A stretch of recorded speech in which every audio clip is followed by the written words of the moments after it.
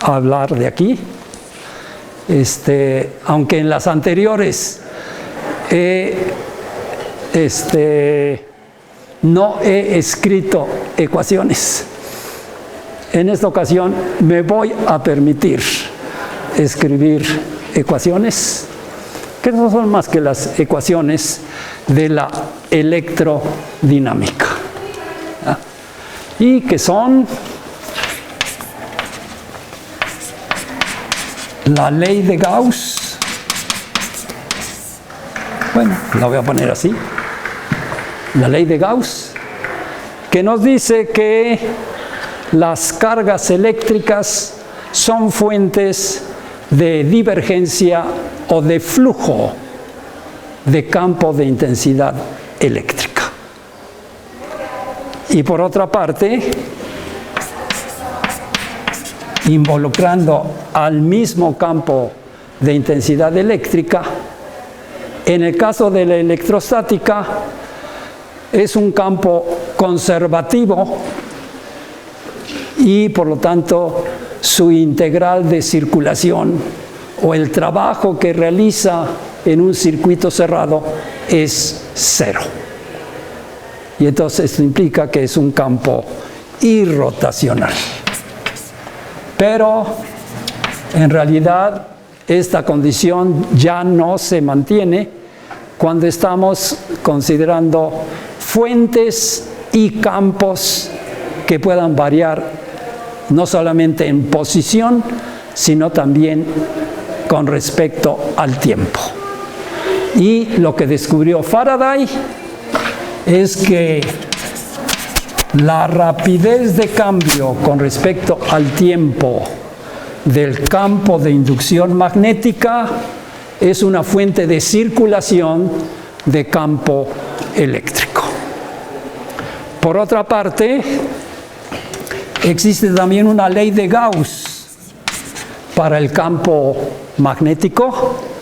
Si ustedes tienen un imán, tiene un polo norte y un polo sur, pero si ustedes quieren cortarlo a la mitad para tener un polo norte y un polo sur, con lo que se encuentra no es un polo norte suelto y un polo sur suelto, sino que tienen dos medios imanes. Y entonces eso corresponde a que no hay la contraparte de cargas eléctricas en el caso magnético.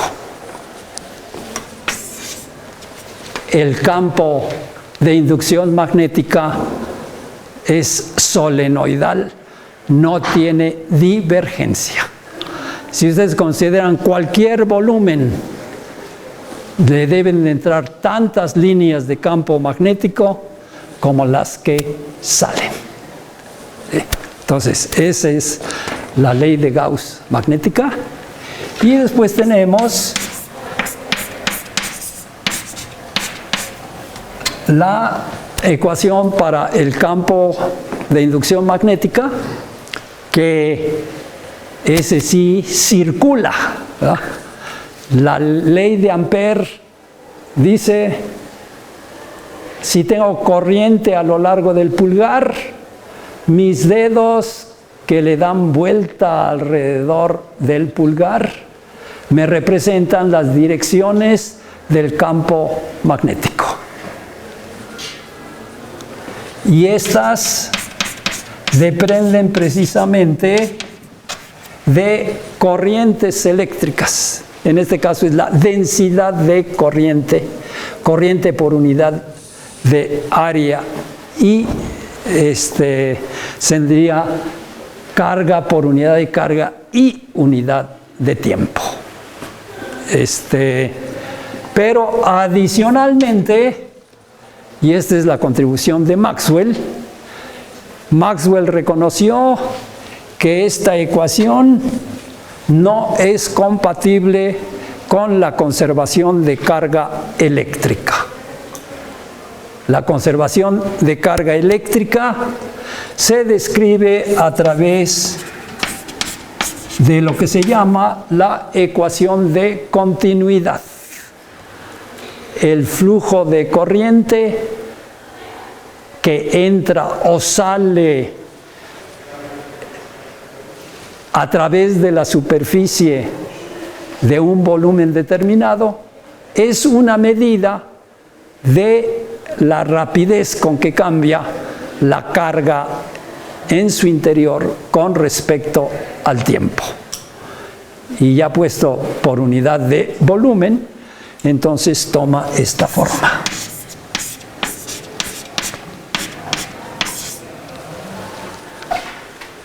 Entonces, esta ecuación es incompatible con lo que se llama la ley de Ampère y es con la que se enfrentó Maxwell.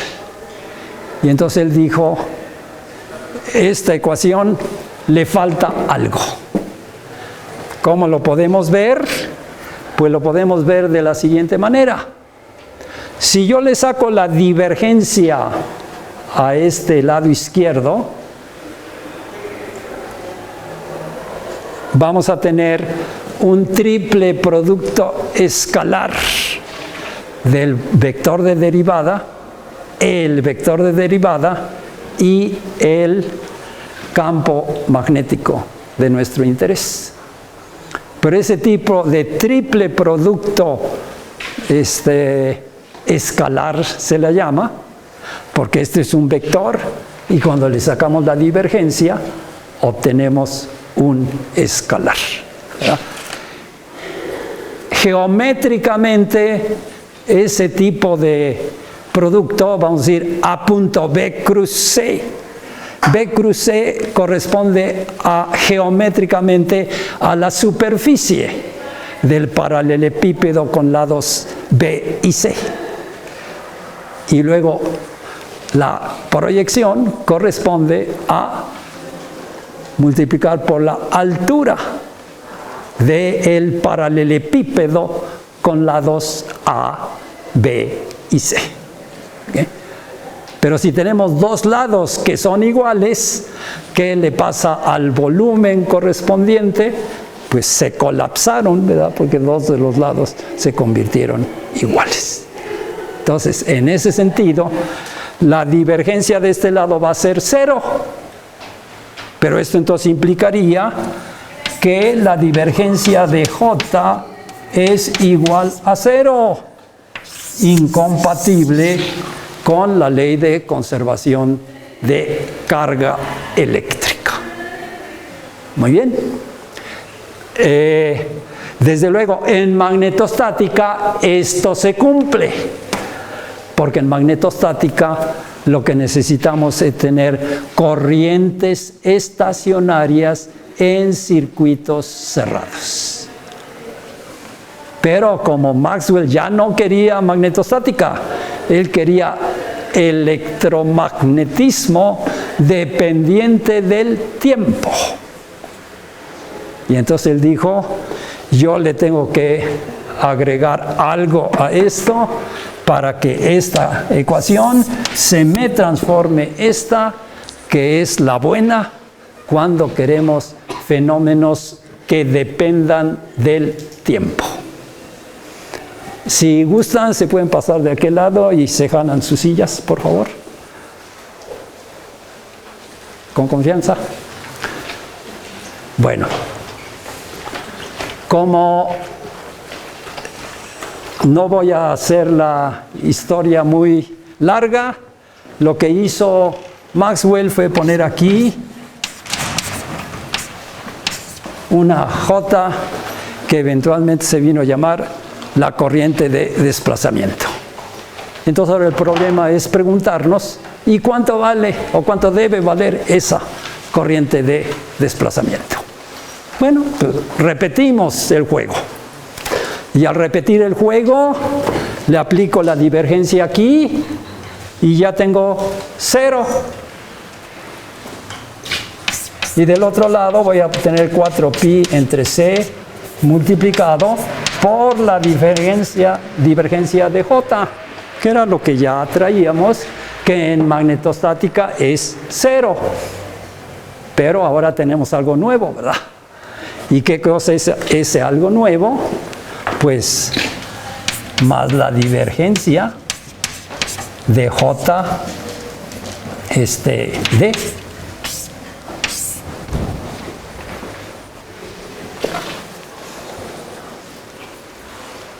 ¿Ok?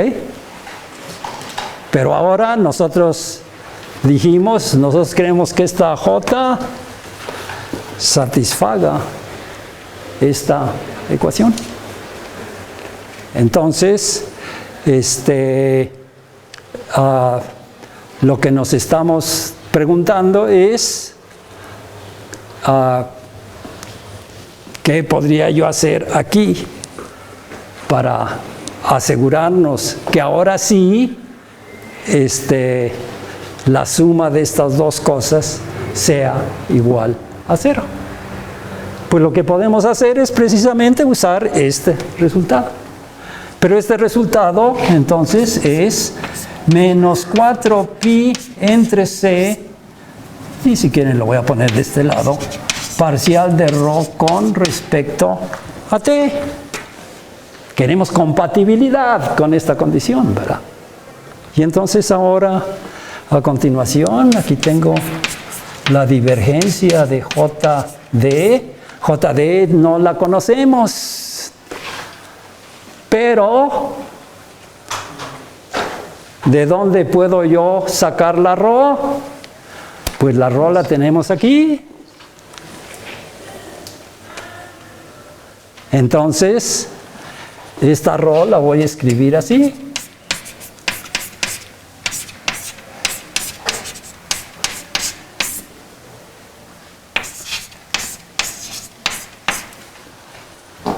¿Ok? La ρ no es más que la divergencia de E entre 4pi.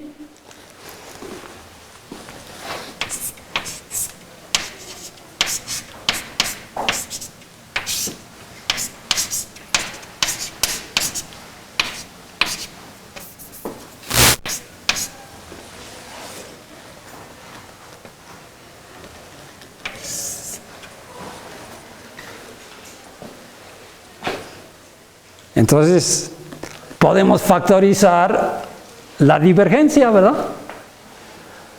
Pues la factorizamos.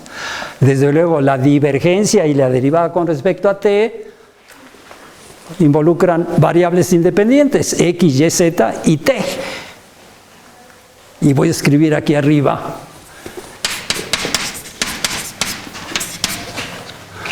porque este es el punto de partida para que pasemos de aquí a aquí.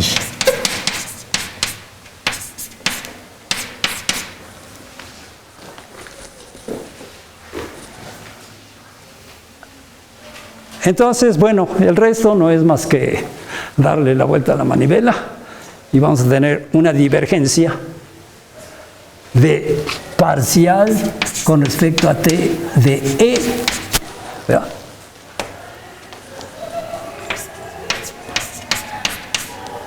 Con su 4pi, con su signo negativo, ¿verdad?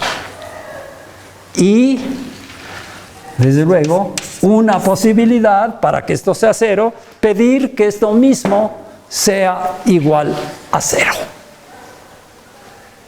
Y entonces ya encontramos la corriente de desplazamiento que es igual a 1 entre 4pi, cuando esto es 0, cuando lo pasemos del otro lado, parcial de E con respecto a t. Lo cual además es muy bonito, porque entonces esta ecuación toma esta forma.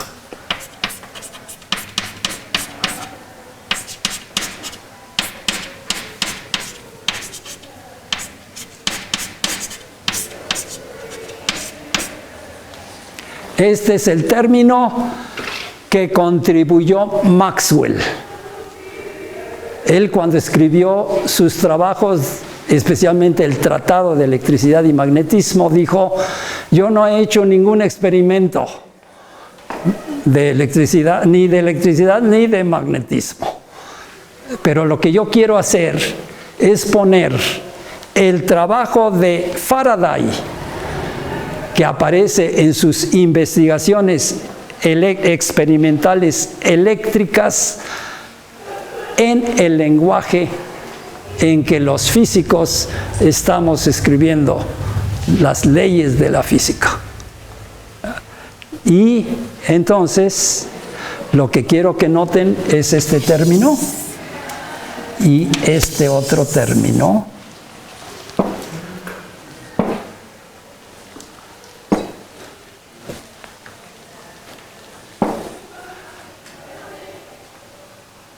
Estos términos que dependen del tiempo convierten las ecuaciones de la electrostática y la magnetostática originales, ¿verdad? Unas involucrando únicamente a la E y las otras involucrando únicamente a la B en ecuaciones acopladas.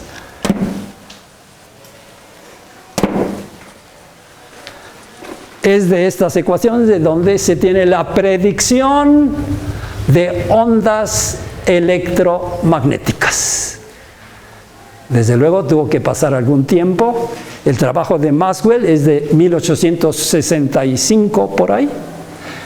Y tuvieron que transcurrir 20, 22 años antes de que Hertz pudiera producir estas ondas electromagnéticas en el laboratorio, en la modalidad de ondas estacionarias, y que las detectara con chispeadores y pudiera determinar la posición de los nodos o también de los máximos o de los mínimos, y pudiera medir la longitud de onda, ¿verdad?, de esas ondas electromagnéticas, y como conocía la frecuencia de las ondas que estaba produciendo, también pudo determinar su velocidad de propagación. Y que da la casualidad de que coincide con la velocidad de la luz.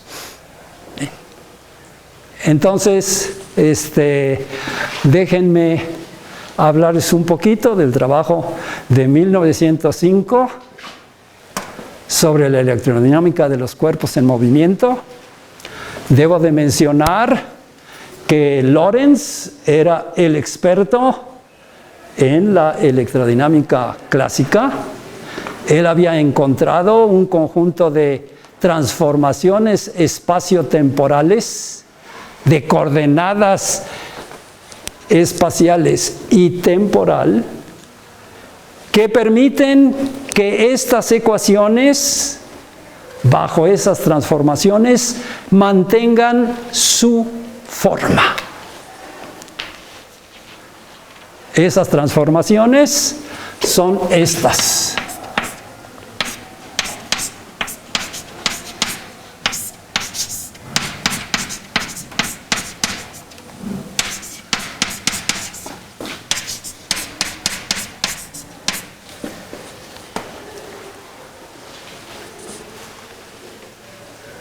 La cosa novedosa es este factor aquí abajo, considerando precisamente sistemas inerciales. Esta ecuación de transformación es distinta de la que había estudiado Galileo.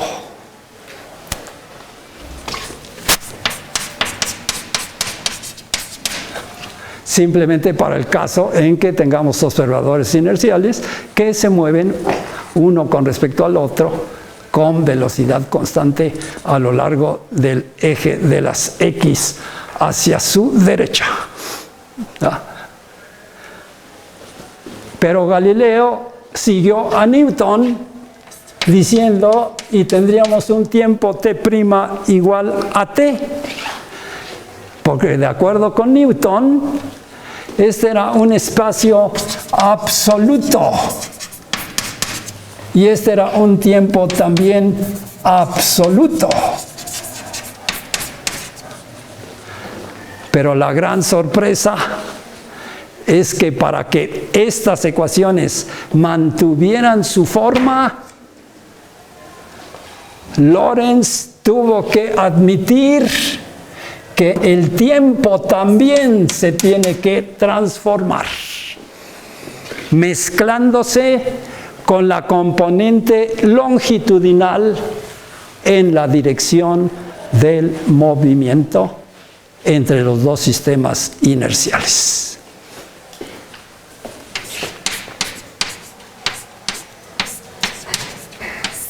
Y también con su denominador aquí abajo, así.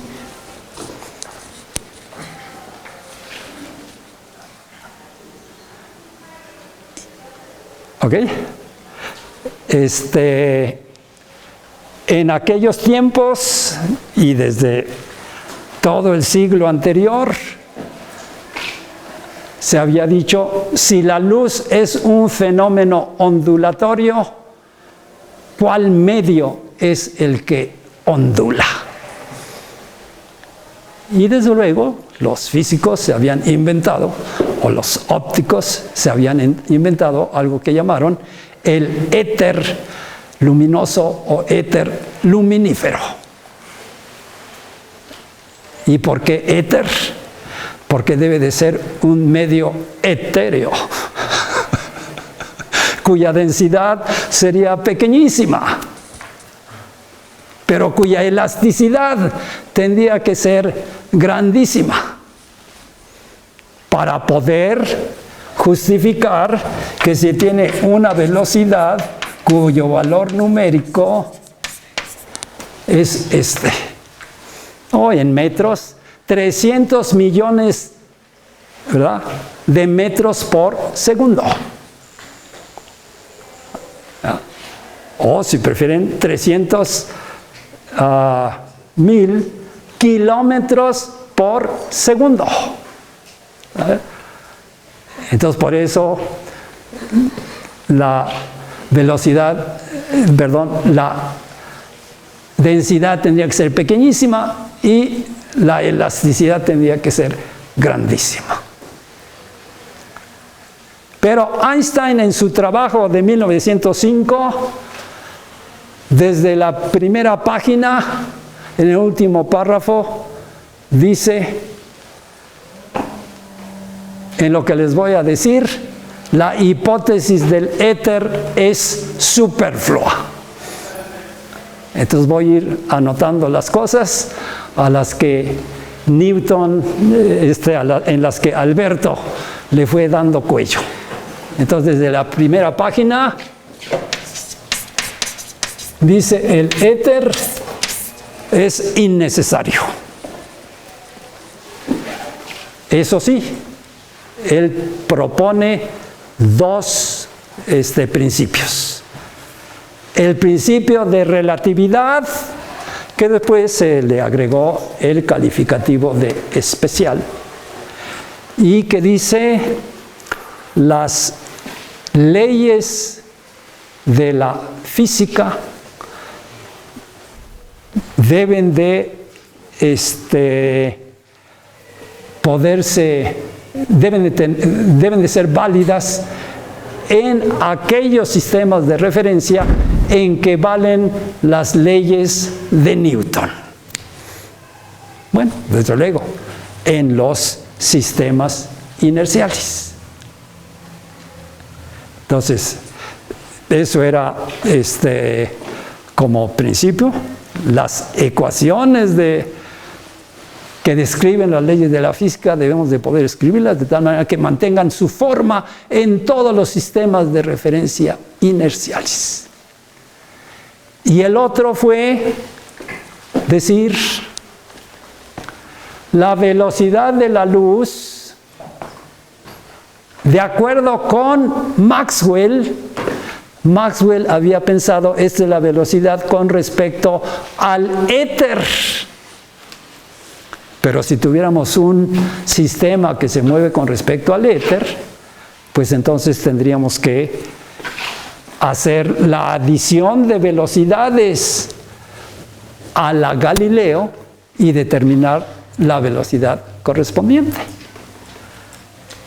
Y entonces, cuando se hizo este tipo de razonamiento, se dijo, pues entonces nosotros podríamos medir la velocidad de la Tierra con respecto al éter. Y el tocayo de Einstein, Michelson, y es muy importante mencionarlo ahorita,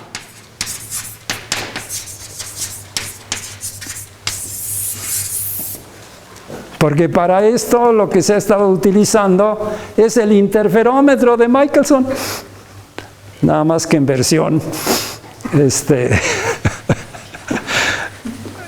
con brazos de kilómetros, en vez de 20 centímetros de los que tienen ustedes aquí en su laboratorio. Entonces, de hecho, Maxwell dijo: yo ya calculé cómo tendría que cambiar el patrón de interferencia y es tan pequeño que se más que no se va a poder. Pero para los 80s, Michelson ya era reconocido como el maestro de la luz y tuvo tanto reconocimiento que de la Oficina Internacional de Pesos y Medidas le pidieron que fuera a calibrar ópticamente el metro patrón que tenían en su oficina, y que desde luego fue también una medición frustrada, porque la definición del metro, no sé si todavía la dan, sé más que ya no la dan, pero a mí cuando me tocó era de periquito, y era de decir: ¿qué cosa es el metro? Es la 10.000.000ª parte del cuadrante del meridiano terrestre. Y entonces dijeron: bueno, pues simplemente vamos a medir ese cuadrante de meridiano y ya tenemos el metro, ¿verdad? Bueno, empezaron desde Dunkerque y pasaron por París, y ya arribita desde Barcelona a París y a Dunkerque. Y entonces dijeron: bueno, hay que quede, y aquí ya por ángulos y demás podemos decir. Y entonces el metro patrón quedó definido como la distancia entre dos marcas en una barra de platino iridiado. Voy a poner aquí una marquita y aquí la otra marquita. Pero para los 1880 y tantos invitaron a Michelson para que les fuera a medir esta distancia, ¿verdad? Porque ya se había reconocido que la longitud de onda de la luz se puede medir con mucha mayor precisión. Bueno, pero a Michelson se le ocurrió: lo que dice Maxwell que no se puede hacer, yo sí lo puedo hacer. Y entonces empezó en Estados Unidos y después se asoció con Morley y se siguieron otros 40 años. Y no pudieron medir la velocidad de la Tierra con respecto al éter, porque su patrón de interferencia no cambiaba de la mañana a la noche, ni del invierno al verano. Entonces, Einstein dice, de entrada, la hipótesis del éter no es necesaria. Pero yo propongo el postulado o principio de que la velocidad de la luz es la misma para todos los observadores inerciales, independientemente del estado de movimiento de la fuente o del detector. Y entonces, en el camino,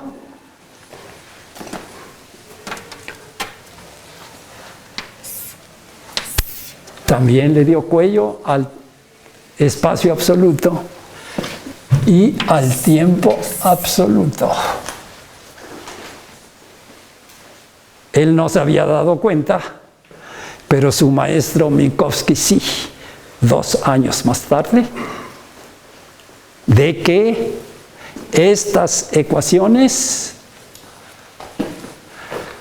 matemáticamente se pueden ver muy claras.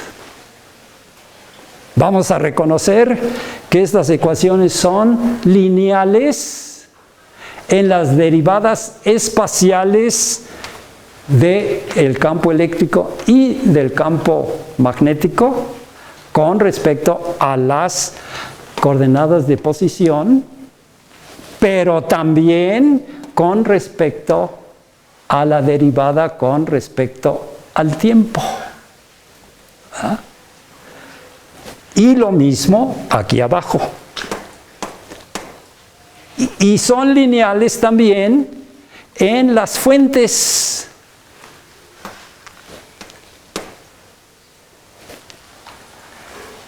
Y aquí se vuelven a encontrar que la fuente I de carga y la fuente de corriente están amarradas o conectadas por la ecuación de continuidad, que también es lineal en las derivadas con respecto a X, con respecto a Y, con respecto a Z, de JX, JY y JZ respectivamente, y de la ρ con respecto a T. Y aquí voy a hacer un ejercicio en el que le voy a poner aquí una C y aquí le voy a poner otra C y nadie se enoja, ¿verdad? Nadie se incomoda. ¿Por qué? Porque aquí tengo corriente, densidad de corriente, que es carga por unidad de área y por unidad de tiempo.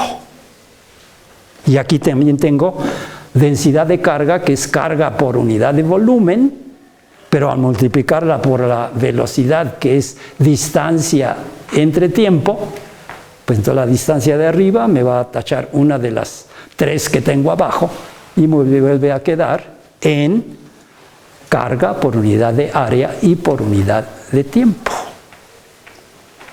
Y entonces, como matemático que era Minkowski, dijo, pues esas ecuaciones se van a ver mucho más bonitas si yo las veo no en un espacio de 3 dimensiones y en un tiempo absoluto, sino que yo las voy a ver en un espacio-tiempo, ya lo pusimos aquí, ¿verdad?, de 4 dimensiones, y le meto aquí la C como un factor que de hecho los astrónomos han utilizado de siempre. ¿Cómo miden las distancias los astrónomos? Pues esa estrella está a 4 años luz. Lo luz es la velocidad de la luz. La Tierra está a 8 minutos luz del Sol. ¿Por qué? Le toma 8 minutos para llegar. Cuando lo vemos, es la luz de donde estuvo hace 8 minutos. No la posición que tiene ahorita. Ok, bueno, pues entonces, nada más para, ¿qué horas son? 15 para la 1. ¿15? Sí. Entonces ya me pasé más, porque en 5 minutos me dice, porque sí quiero hablar algo allá. ¿Verdad? No hay que olvidar que estos campos de intensidad eléctrica y de inducción magnética, al final de cuentas, son campos de fuerza. La fuerza de Lorentz, precisamente, sobre una carga Q es Q por E más 1 entre C de Q por U cruzado con B. Esa es la ecuación de la fuerza, ¿ya? Y asociada a esta fuerza hay también un trabajo. ¿Cómo sacamos el trabajo? Pues el trabajo lo sacamos integrando sobre el desplazamiento. Así de fácil, ¿verdad? F.dr. Y si quiero potencia, pues si quiero potencia, entonces pongo trabajo realizado en ese desplazamiento entre la unidad de tiempo que me tomó hacer ese desplazamiento. Entonces aquí lo que voy a tener es también potencia, que va a ser igual. Entonces tengo que poner punto dr.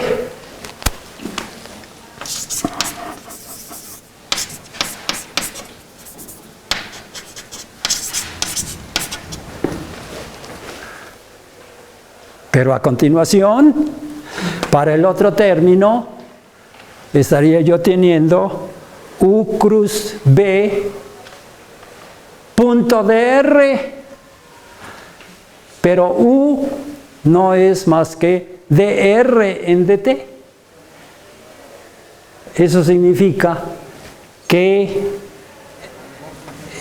este vector es perpendicular a la velocidad, pero el desplazamiento es paralelo a la velocidad. Y volvemos a encontrarnos una situación como la que vimos aquí arriba, de que cuando le sacamos la divergencia al lado izquierdo es 0, porque es un triple producto escalar. Y entonces para también. El campo magnético no hace trabajo, ¿verdad?, porque es perpendicular al desplazamiento. Y entonces es esto lo que tenemos para la potencia. Ahora, lo que voy a hacer es escribir estas mismas ecuaciones. No, supongo que todavía no puedo hacerlo, ¿verdad? Y a lo mejor no las voy a escribir, pero los que estén interesados lo podemos hacer. Lo que les quiero hacer reconocer es que nosotros tenemos estos operadores que tenemos aquí.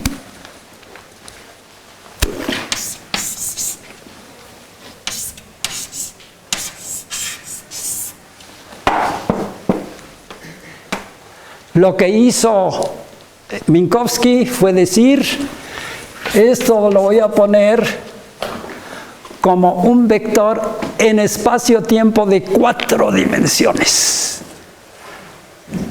Y siendo buen matemático, entonces dijo, ahora yo voy a ver los desplazamientos en este espacio-tiempo de 4 dimensiones. Los 3 primeros, pues son los desplazamientos a los que ya estamos acostumbrados. Y el tiempo, pues el tiempo va a ser la evolución de antes y después. ¿Ya? Y no voy a entrar en esos detalles. Si están interesados, en cualquier momento, no necesariamente este día, podemos platicar sobre ellos. Pero desde luego en sus cursos de electromagnetismo ustedes lo han aprendido o lo están aprendiendo o lo van a aprender. El punto importante es que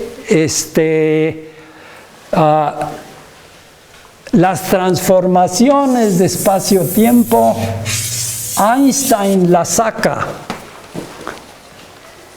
en su trabajo por la 3ª página,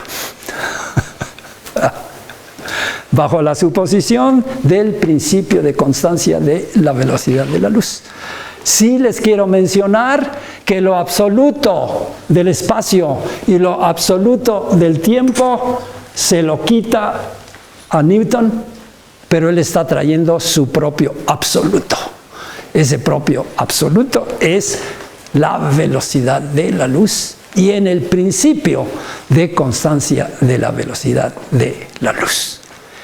Y entonces en el proceso también le da cuello a la mecánica de Newton y propone su propia mecánica relativista y otras cosas, ¿no? Entonces no voy a entrar en esos detalles porque sí quiero llegarle a 2017 y el punto de partida es hablar de Einstein en 1907, cuando él dijo que tuvo el pensamiento más feliz de su vida. Entonces él dijo, yo quiero extender esto no solamente para sistemas que se mueven con velocidad constante relativos unos con respecto a otros, sino que voy a admitir también sistemas no inerciales, que significa sistemas que están acelerados unos con respecto a otros. ¿Y qué cosa es lo que lo hizo tan feliz? Que se dio cuenta de que él podía hacer gravitación incorporando variaciones en el tiempo. Para ello quiero simplemente decir que la gravitación de Newton tiene esta ecuación.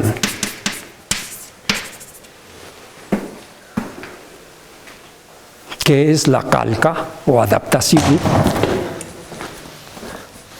de esta. Porque ustedes tienen esta fuerza, ¿verdad?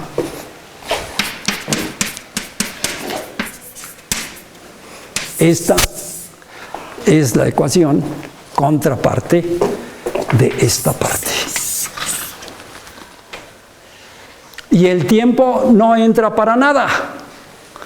A mí me gusta decir, la gravitación de Newton es una teoría de gravitostática. Pero Einstein estaba en el plan de decir, yo quiero una teoría dinámica, con variaciones en el tiempo, ¿verdad?, de la gravitación.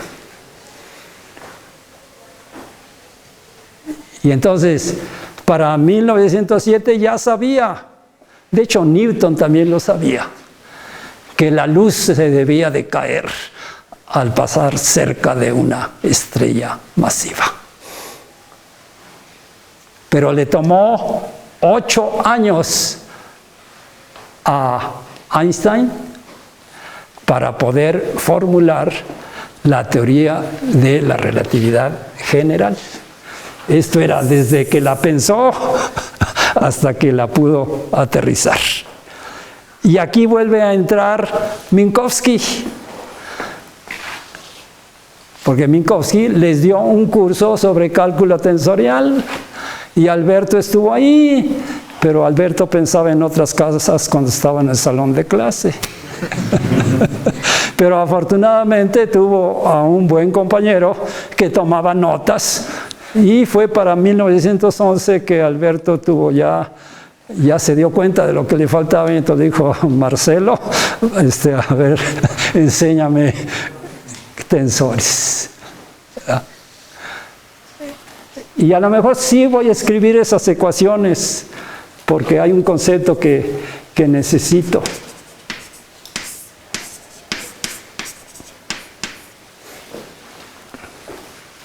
Estas dos ecuaciones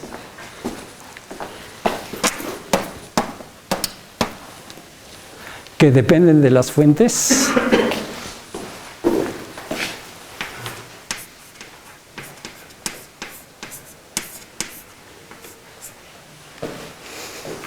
tienen esta forma en la que tenemos este cuadrivector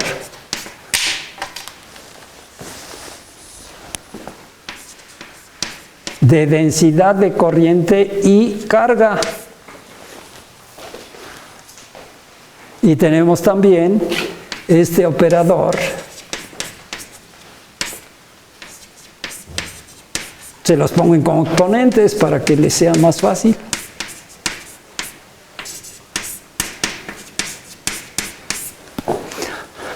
Y si quieren, para distinguir a la cuarta componente, le podemos meter aquí la I. Le podemos meter aquí la I y también se la metemos aquí abajito. Entonces fíjense que la ecuación de divergencia y la ecuación de rotacional se vienen a escribir en una sola, en la que esta F mun U pues tiene que ser un tensor de segundo rango. Porque si le vamos a sacar la divergencia, pues nos va a dar un tensor, de rango, un orden menor. Pero esta tiene estas entradas.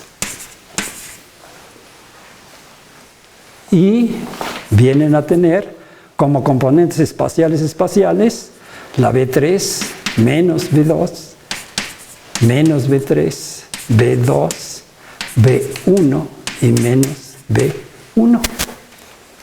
Entonces la B son las componentes espaciales de este tensor de segundo rango de fuerza. ¿Verdad? Y las otras son las componentes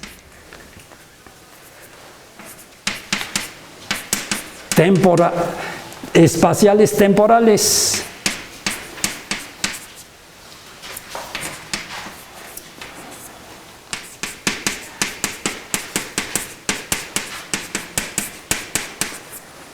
Ese es este tensor. Y es un tensor antisimétrico.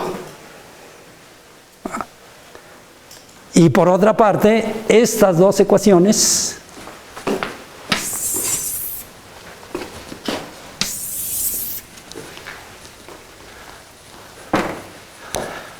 corresponde a esto.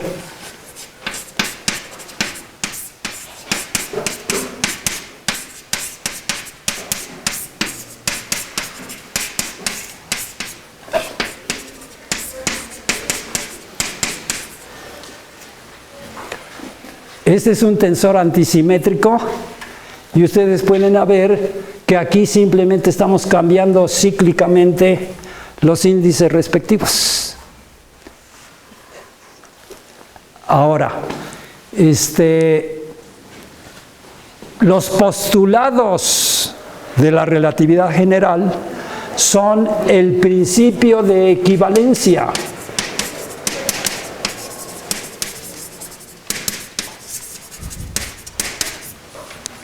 El principio de relatividad general, que dice en dónde valen las leyes de la física, en todos los sistemas inerciales. Pero Einstein dice, yo quiero relatividad general y debemos de poner las leyes de la física en una forma que sea válida para cualquier sistema de referencia, se mueva como se mueva. Ese es el principio de relatividad general. Y entonces, ¿cuál es la diferencia entre planos? Pues esos son planos porque se mueven a velocidad constante. Pero los efectos de aceleración se van a manifestar como efectos de curvatura. Y el tercer ingrediente son las ecuaciones del campo gravitacional, pero que Einstein las pone en términos de conceptos geométricos.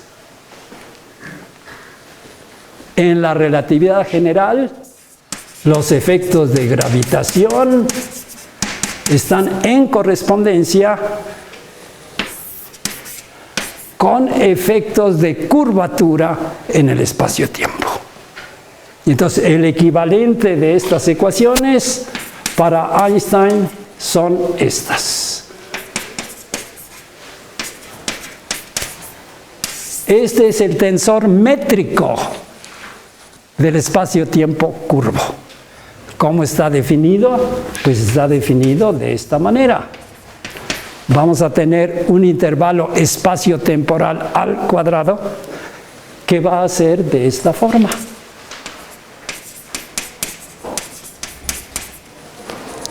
El objeto clave es este. Y este es el tensor de curvatura. Hay otro tensor de curvatura más general, como tensor de cuarto rango. Y este es el escalar de curvatura. Entonces, de este lado está precisamente el elemento de curvatura, que lo pone en correspondencia con la parte de gravitación. Y del otro lado tiene algo análogo a esto. Bueno, análogo a esto. Pero que viene a ser, si quieren, la generalización de lo que tenemos esto. Y entonces, de este lado, lo único que pueden tener es un tensor que sea como estos, que son tensores de segundo rango, pero simétricos. Y es este tensor cuya componente 4,4 o temporal viene a ser precisamente la densidad de masa. Pero tiene sus otros compañeros que van a ser densidades de corriente, de momento, y también tensor de esfuerzos en la parte espacial. Y la constante de proporcionalidad involucra desde luego la constante de gravitación general y también la velocidad de la luz. Pero resulta, aparte de este factor, donde está la física, está geometría en términos de curvatura aquí, y aquí está el contenido físico de la distribución de las fuentes, que desde luego son no solamente la masa, sino todas las otras entradas para el tensor correspondiente. Entonces, Einstein estuvo estudiando cálculo tensorial y aplicándolo durante 4 años. Y entonces fue cuando ya pudo proponer esto y hacer las predicciones correspondientes. Una de las predicciones, desde luego, fue el de la existencia de ondas gravitacionales, que él no las incluyó en su trabajo original, pero después ya hubo quien las señalara. Y el premio Nobel, que se anunció hace 2 días, fue precisamente por la detección de ondas gravitacionales que se reportó desde el año pasado, de mediciones que ya se habían, o de información que ya se había colectado desde el 2015. Les agradezco su atención. Si quieren platicar, vamos a hacerlo allá afuera, antes de que nos digan que hay que desalojar. Muchas gracias.